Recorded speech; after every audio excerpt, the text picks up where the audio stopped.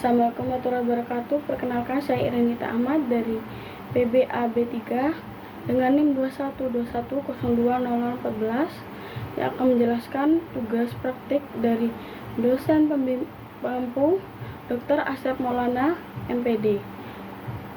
Dengan mengerjakan tugas ini dapat menyelesaikan UAS.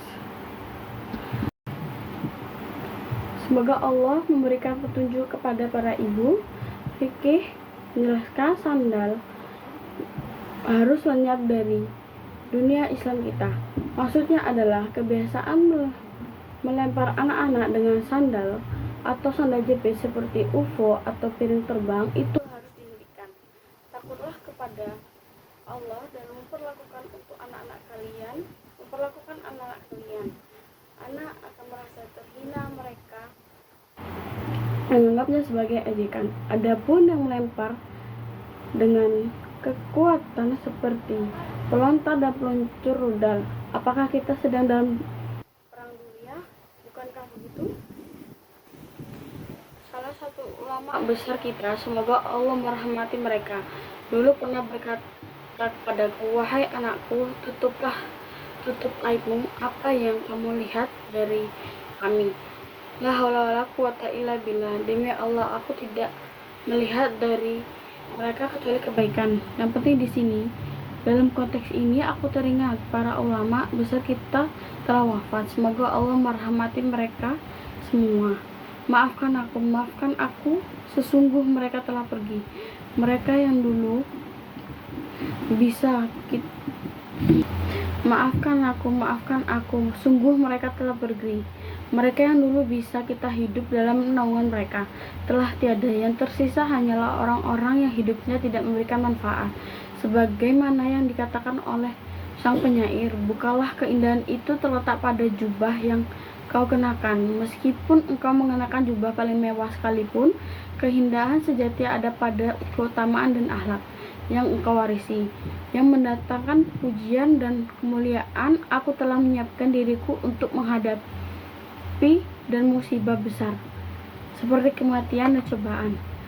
Dengan perisai kokoh dan tekad yang tak goyah, tidak pernah aku mundur, tidak pula aku gentar. Ayahmu semoga tangannya tetap kuat, tak pernah mundur.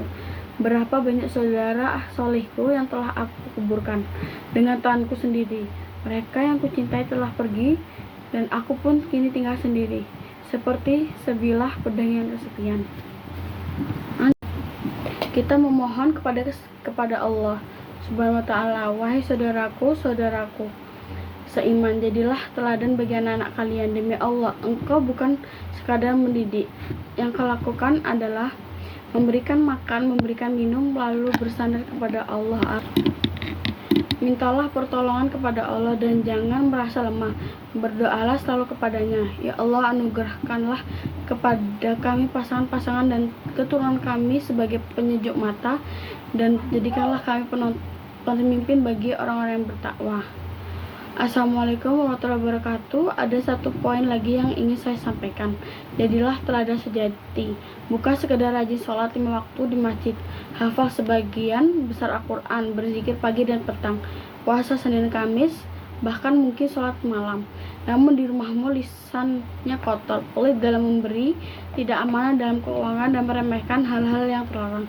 Subhanallah, engkau mencela kehormatan orang lain. Wahai saudaraku, jika engkau sholat, maka jadilah contoh yang baik bagi orang Islam. Jangan sampai justru engkau menjadi fitnah, ujian buruk bagi orang lain. Semoga Allah meridhai kalian. Anak-anak ini, buatlah mereka mencintai kalian, bukan takut kepada kalian. Bersahabatlah dengan mereka. Jadilah teman yang jujur dan dipercaya. Bermainlah dengan selama 7 tahun. Lalu didiklah dia 7 tahun berikutnya. Tidak perlu ibu terus-terusan menjatuhkan semangat anak. Kamu gak berguna, kamu gak becus, kamu gak tahu abangmu lebih pintar dari kamu, atau adikmu lebih baik dari kamu. Subhanallah, kamu tidak ada gunanya di rumah ini. Bodoh, kamu gak akan sukses di sekolah. Nanti mampirlah ke kuburanku kalau kamu berubah. Ya ampun, semoga Allah merahmati ibu seperti itu. Kalau bisa Semoga malaikat maut menenangkan keluarga dari tipe-tipe ibu seperti mereka. Bencana begini kan benar, iya kan? Ketika anak-anak tumbuh besar, perlakukanlah mereka sesuai tahapan bermainnya. Dengan selama 7 tahun, didiklah selama 7 tahun, lalu bersahabatlah dengan selama 7 tahun. Begini anak mencapai usia 13 atau 14 tahun. Ia sudah masuk usia balik. Tunjukkan bahwa ia menjadi laki-laki dan tidak ada istilah masa remaja seperti yang biasa disebut. Apa itu masa remaja? Coba lihat Muhammad bin Abi Salamah dan tokoh-tokoh Arab sepertinya. Mereka membuka negeri-negeri dan pemimpin umat, padahal usia mereka masih di bawah 20 tahun. Subhanallah, mereka tidak menunggu dewasa saat usia seperti mereka.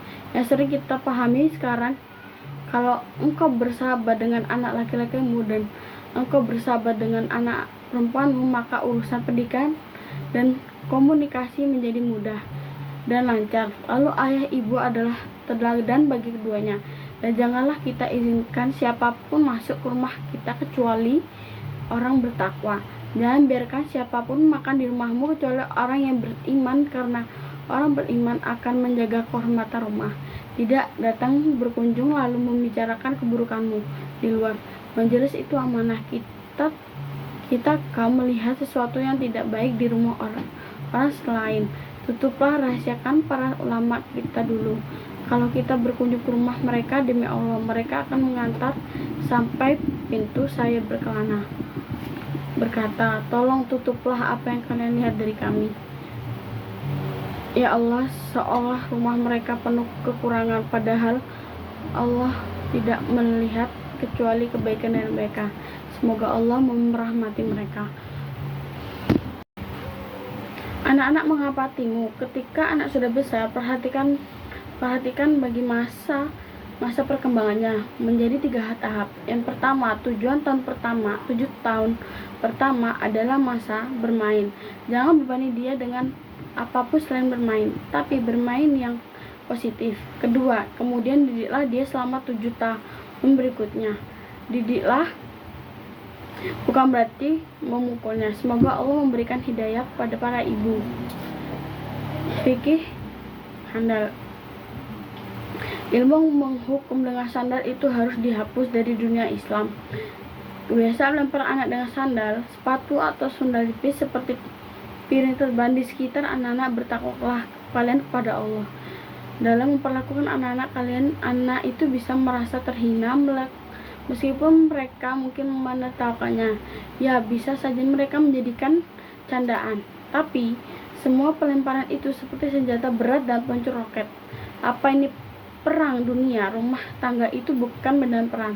Itu rumah tempat aman dan nyaman. Atau lainnya untuk urusan pribadimu, itu termasuk pelanggaran etika sosial. Hawalan al-muru'ah. Misalnya kamu berkata, insinyur, coba lihat dinding ini, menurut Anda kenapa bisa begini?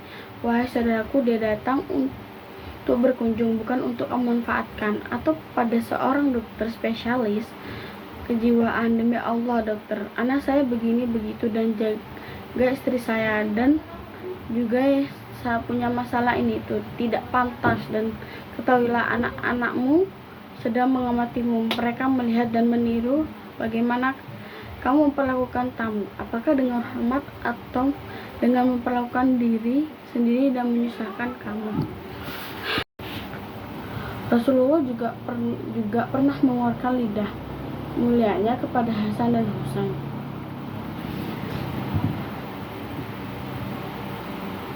Untuk bermain-main dengan mereka, menggerakkannya di depan mereka, hingga salah satu dari keduanya hampir memegang lidah kakeknya yang mulia. Mereka berdua juga pernah menaiki punggung beliau saat beliau sedang sujud dalam sholat. Dan subhanallah, beliau tetap sujud hingga Hasan dan Husain turun dari punggungnya. Begitu juga Zainab dan Umamah,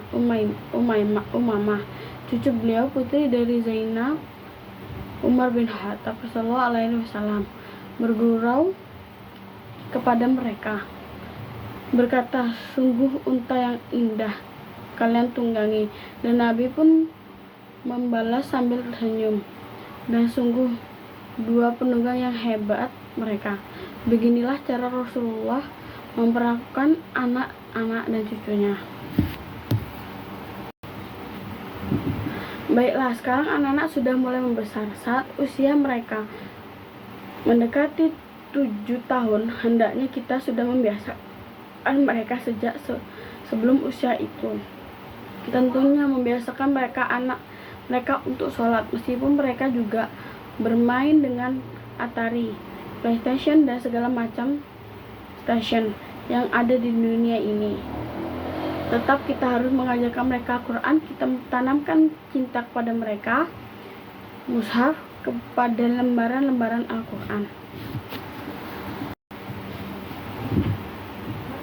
Dan ketika ada tamu datang ke rumah, jangan kamu tanya dengan banyak pertanyaan. Sayangnya kita punya masalah serius lainnya.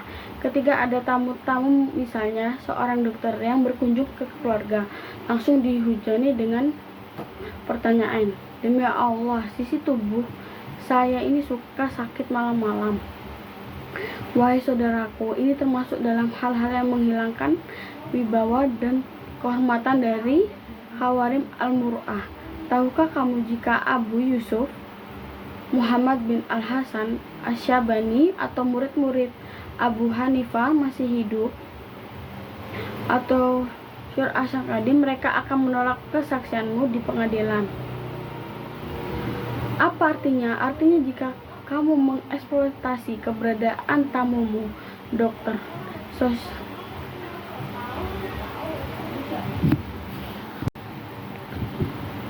lalu bagaimana Rasulullah memperlakukan anak-anak sejak awal? Beliau melimpahkan kasih sayangnya kepada anak-anak, terlebih lagi kepada anak perempuan. Subhanallah, beliau pernah menggendong Hasan dan Husain, cucu-cucunya. Dan ketika beliau naik mimbar untuk berkhutbah, padahal Hasan dan Husain saat itu belum genap berusia 5 tahun, beliau menyempatkan diri mengurus mereka sejenak hingga mereka tenang, lalu melanjutkan khutbahnya. Subhanallah, beliau menganggap bahwa memperlakukan anak-anak, cucu, dan anak kecil dengan baik adalah bagian dari kewajiban. Itulah teladan indah dari Rasulullah. Kemudian ketika anak sudah berusia 7 tahun, ajaklah ia ke masjid untuk sholat bersamamu di setiap waktu sholat. Lalu ketika mencapai usia 10 tahun, bersiap-siaplah kepadanya, "Sayangku, kamu atau wahai putriku, kamu sudah mendekati usia balik, jadi kamu harus mulai menjaga sholat 5 waktu. Mulai menghitung waktunya dan tanamkan kecintaan pada sholat." Hukum sholat bukan karena mereka sholat, karena kita yang ada, tapi karena kesadaran diri mereka sendiri. Lalu subhanallah, jika suatu saat anak mengungkapkan kata-kata kasar kepada saudara atau saudarinya, segera tangani masalah itu. Perhatikanlah sejak kecil. Apakah anak itu pelit atau dermawan? Apakah dia menyebar atau pemarah? Apakah dia cerdas? Apakah dia memiliki kecerdasan sosial atau malah mengalami kebodohan sosial?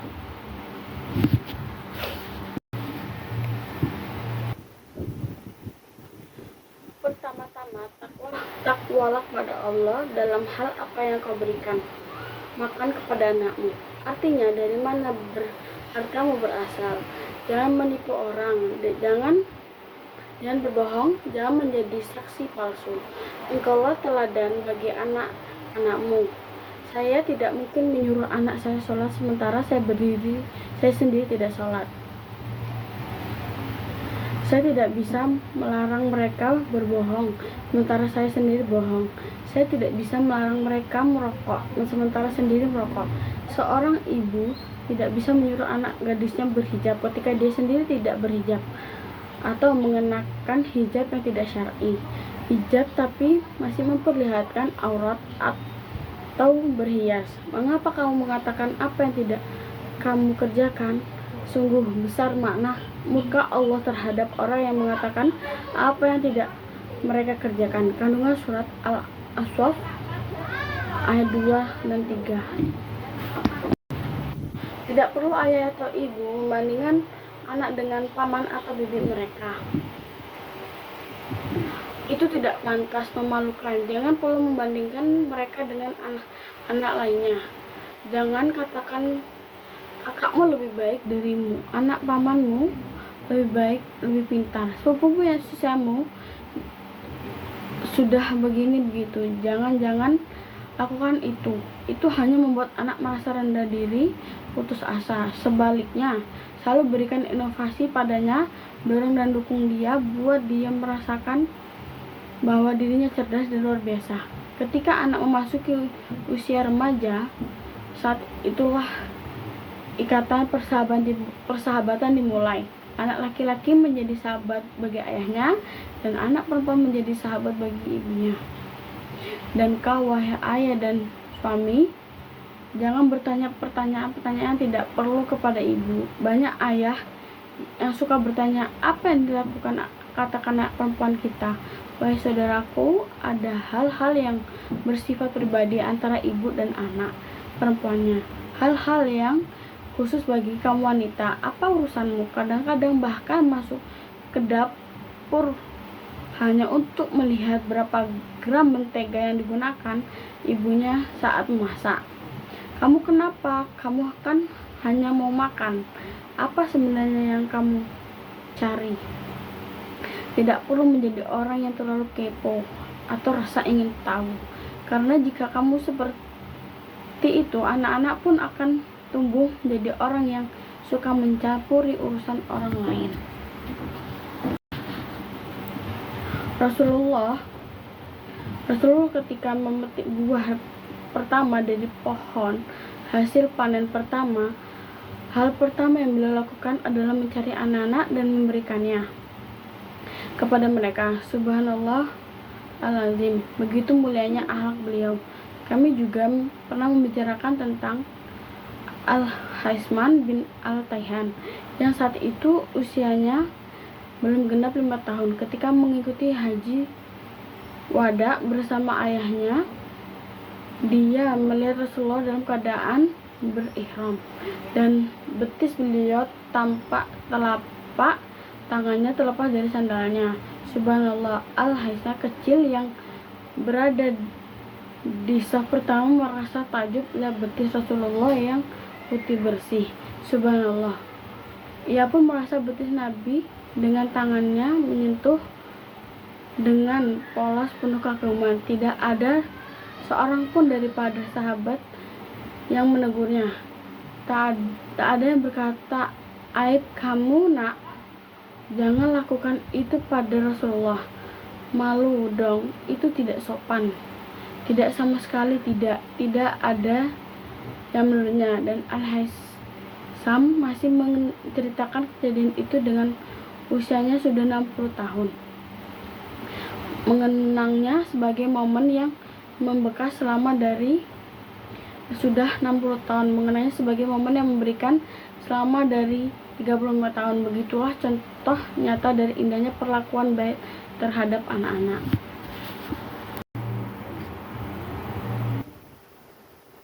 Segala puji bagi Allah, Tuhan seluruh alam. Salawat dan salam semoga tercurahkan kepada junjungan kita Nabi Muhammad SAW. Amma ba'du. Saudara-saudaraku yang saya cintai karena Allah Subhanahu wa taala. Karena Allah. Assalamualaikum warahmatullahi wabarakatuh. Banyak orang ketika kita duduk bersama mereka dan mereka punya anak-anak dari berbagai usia bertanya, wahai Syekh, bagaimana kamu bisa menghadapi anak-anak? Kami tidak sanggup. Kami sudah gagal. Semua cara sudah dicoba.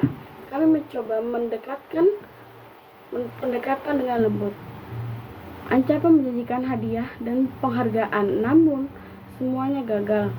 Semua kami tersedia bagi mereka. Mereka tidak menyadari bahwa ada jutaan anak-anak lain yang tidak mendapatkan sepotong roti pun. Kita ingin mereka memahami hal ini. Demi Allah, ini adalah masalah dari segala masalah. Tapi insya Allah tidak ada kesusahan jika kita punya Tuhan. Semoga Allah membalas kalian semua dengan kebaikan dan memberikan kalian ke seluruhnya.